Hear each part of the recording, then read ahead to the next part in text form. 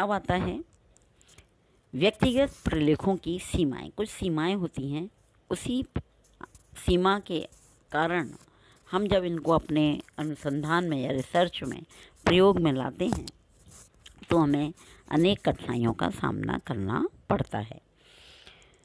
Number 1, व्यक्तिगत प्रलेखों को प्राप्त करना बहुत कठिन है।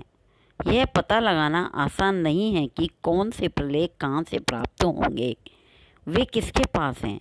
यदि यह पता चल भी जाए तो भी यह आवश्यक नहीं है कि वे शोध कार्य के लिए मिल ही जाएंगे। दूसरा, व्यक्तिगत प्रलेखों की एक सीमा इनकी प्रामाणिकता का पता लगाने की है, इनकी सत्यता की जांच करने की है। कई व्यक्तिगत प्रलेख कई बार अतिशयोक्तिपूर्ण होते हैं, अर्थात उनमें घटनाओं का या व्यक्तिगत अनुभवों को बड़ा चढ़ाकर चित्रित किया जाता है। फिर यह ज्ञात करना और भी कठिन हो जाता है कि कौन सा व्यक्तिगत प्रलेख कितना सही और कितना गलत है। तीसरी जो सीमा है या कठिनाई आती है वो क्या है? व्यक्तिगत प्रलेखों की एक सीमा यह है कि इनके आधार पर वैज्ञानिक सामान्यीकरण निकालना काफ़ी कठिन है। इसका कारण यह है कि व्यक्तिगत प्रलेख व्यक्ति विशेष के विचारों एवं दृष्टिकोणों का परिचायक होता है। वे डायरी, पत्र, संस्मरण या आत्मकथा में किसी समूह, समाज, सामाजिक घटना, सामाजिक समस्या आदि से संबंध में जो कुछ लिखता है, क्या वह संपूर्ण समूह या समाज का प्रतिनिधित्व करता है? क्या ऐसे प्रलेख के आधार पर निष्कर्ष निकालना वैज्ञानिक दृष्टि से उचित है? ये भी बहुत कठिन एक प्रश्न सामने आता है कि हम ये माने या ना माने। नेक्स्ट है, व्यक्तिगत प्रलेखों के आधार पर प्राप्त सामग्री का सांख्यिकीय विश्लेषण करना भी सामान्यतः संभव नहीं है। जोहोदा एवं उनके सहयोगियों ने लिखा है, व्यक्तिगत प्रलेख सांख्यिकीय प्रविधियों की सहायता से उपयोग में लाए जाने के लिए ज़्यादा उपयुक्त नहीं होते हैं। 5वां है, कई व्यक्तिगत प्रलेखों में व्यक्तिगत पक्षपात काफ़ी मात्रा में पाया जाता है, जो शोध सामग्री के रूप में उपयोगिता पर प्रश्न चिन्ह लगा देता है। तो ये सारी जो चीज़ें हैं वो हमें व्यक्तिगत प्रलेखों के द्वारा जो सामग्री इकट्ठी करते हैं तो ये जो हम इनके माध्यम से कर सकते हैं, लेकिन उसमें कुछ हमारी कठिनाइयाँ आती हैं। उनके आधार पर मतलब इन कठिनाइयों के होने के बावजूद भी द्वैतिक स्रोत हमारे लिए रिसर्च में उपयोगी होते हैं। दूसरे जो प्रलेख हैं वो हैं प्रलेख सार्वजनिक प्रलेख। सार्वजनिक प्रलेख कौन से होते हैं? इनका भी हमारे डेटा कलेक्शन करने में काफ़ी महत्व रहता है।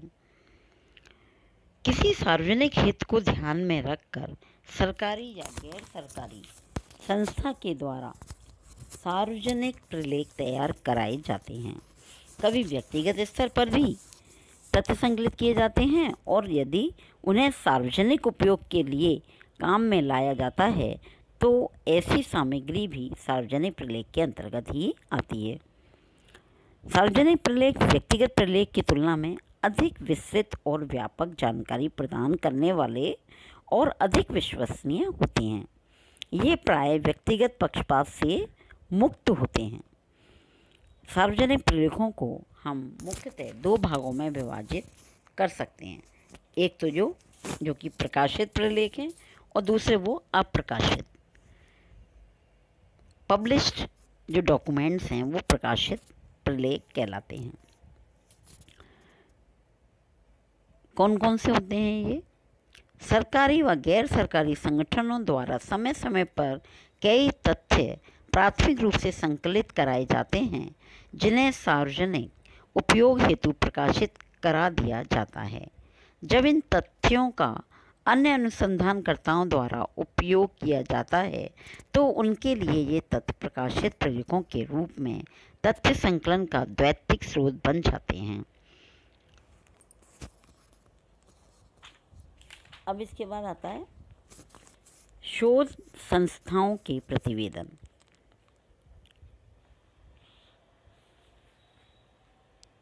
प्रकाशित जितने भी प्रलेख हैं उसमें ये बताया है कौन कौन से हैं। तो शोध संस्थाओं के प्रतिवेदन। विभिन्न शोध संस्थाएं अपने शोध कार्यों का विवरण प्रस्तुत करने हेतु समय समय पर प्रतिवेदन प्रकाशित कराते हैं। यह सामग्री अन्य शोधकर्ताओं के लिए काफ़ी उपयोगी प्रमाणित होती है।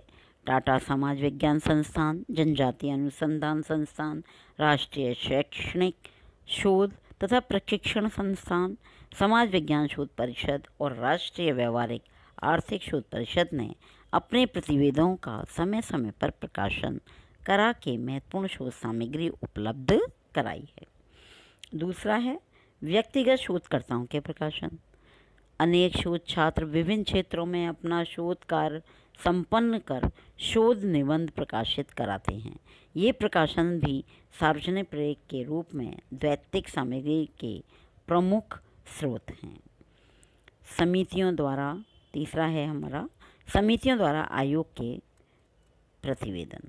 अनेक सरकारी व गैर सरकारी समितियों तथा आयोगों द्वारा समय समय पर अपने प्रतिवेदन प्रकाशित कराए जाते हैं। इन समितियों व आयोगों द्वारा कई प्रकार के तथ्य संकलित कराए जाते हैं, जैसे शिक्षा संबंधी आंकड़े, अपराध संबंधी आंकड़े, निर्धनता, बेकारी आदि संबंधी आंकड़े होते हैं, जिन्हें सार्वजनिक उपयोग हेतु प्रकाशित किया जाता है। भारत में जनगणना प्रतिवेदन दैत्तिक सामग्री के प्रमुख स्रोत हैं। इनका अनेक समाजशास्त्रीय अध्ययनों में काफ़ी उपयोग किया जाता है। उदाहरण के लिए प्रोफेसर I.P. देसाई द्वारा भारतीय संयुक्त परिवार संबंधी अध्ययन जनगणना प्रतिवेदन पर आधारित है।